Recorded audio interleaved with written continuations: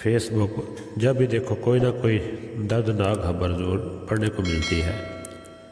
کئی ایسی کہانیاں سامنے آ جاتی ہیں کہ انسان کئی روز تک اس کے زیر اثر رہتا ہے اور ذہن سے اس کا خیال جھٹک نہیں پاتا، جو اس واقعے کے بارے میں جان کر ذہن میں آتے رہتے ہیں۔ ایک روز فیس بک پر مختلف پوسٹ دیکھ رہی تھی کہ اچانک دیکھتے ہی دیکھتے میری نظر پڑی کہ ایک بند دروازے پر ایک عورت کھڑی فریاد کر رہی تھی، کھول دے بیٹا، مجھے بند نہ کر، میں نے برسوں تمہیں پالا ہے، سنبھالا ہے اور نہ جانے کتنے دکھ اٹھائے ہیں، تیرے دم سے میرا اجالا ہے، تو نے گھر سے مجھے نکالا ہے، میں تو ماں ہوں پھر بھی تمہیں بد دعا نہیں دوں گی، تجھ کو صرف جینے کی دعا دوں گی۔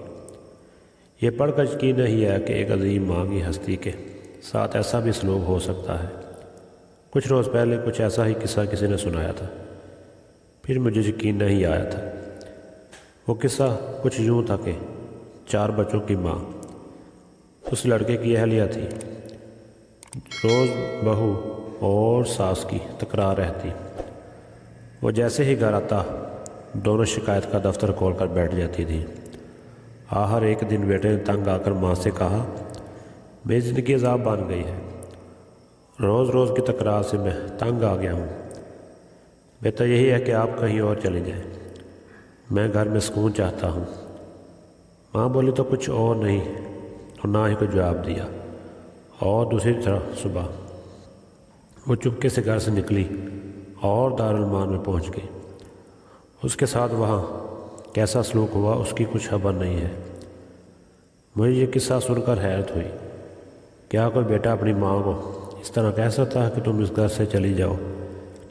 وہ ماں جو راتوں کو جاگ جاگ کر بچوں کو پالتی ہے اور اپنی آنکھوں میں سنہرے خواب سجاتی ہے، بڑا ہوگا تو میرا تابع دار بیٹا ہوگا، بیوقی کے بعد مشکلوں سے کاٹ رہی ہوں، میرا سہارا ہوگا، طرح طرح کی امید پالتی ہے، مگر اس وقت سے اسے خبر نہیں ہوتی کہ وہ بڑا ہو کر اس کا سہارا بنے گا کہ نہیں۔ وہ محنت مزدوری کر کے اس کا پیٹ پالتی ہے، پڑھاتی لکھاتی ہے، جوانی کی بیوقی کو بھول کر بچے کی پرورش میں لگی رہتی ہے۔ جب تک وہ اسکول نہیں جاتا اسے گھر پر تعلیم دیتی ہے، پھر اسکول میں ایڈمیشن کے بعد اس کی پڑھائی کا سارا ذمہ اپنے سر لیتی ہے۔ پڑھ لکھ کر جب وہ جوان ہوتا ہے تو اچھی نوکری لگتے ہی اس کی شادی کی فکر ہوتی ہے، شادی ہو تو اس کا گھر بھی بس جائے۔ شادی سے پہلے وہ ماں کا تابع دار بیٹا ہوتا ہے۔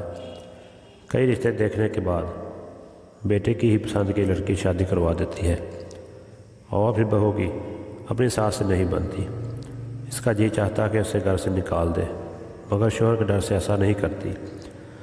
وقت گزرتا رہتا ہے اور لڑکا 4 بچوں کا باپ بن جاتا ہے، مگر اس گھر میں لڑائی ختم نہیں ہوتی۔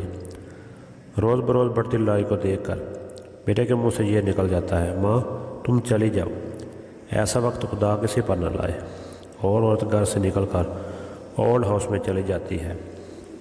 بچے ایسا سلوک کرتے ہوئے بھول جاتے ہیں کہ جیسا وہ بیجیں گے ویسا ہی کاٹیں گے، یہ مکافات عمل بھی ہے۔